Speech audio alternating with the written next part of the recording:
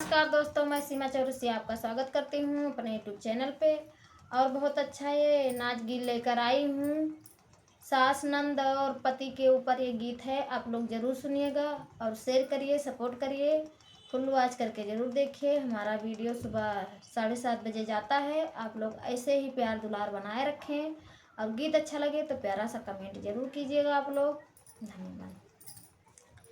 सासु बोमई खीरवा नाद खार बुझवा मोर बलमवा बोवैना मोर सजनवा बोवैना उहै तितली मदरवा मोर बलमवा बोवैना उहै तितली मदरवा मोर बलमवा बोवैना सासु बोमई खीरवा नाद खार बुझवा मोर बलमवा बोवैना मोर सजनवा बोवैना उहै तितली मदरवा मोर बलमवा बोवैना उहै तितली मदरवा मोर बलमवा बोवैना। अरे सासु सिंचै खीरवा नाद खार बुझवा मोर सजनवा सिंचैना मोर बलमवा सिंचैना उहै तितली मदरवा मोर बलमवा सिंचैना उहै तितली मदरवा मोर बलमवा सिंचैना।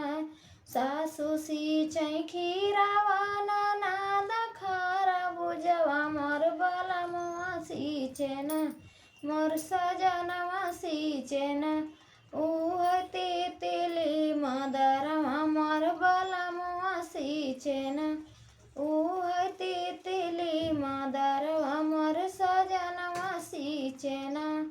अरे सासु भौरै खीरवा नाद खार बुझवा मोर बलमवा भौरैना मोर सजनवा भौरैना उहै तितली मदरवा मोर बलमवा भौरैना मोर तितली मदरवा मोर सजनवा भौरैना।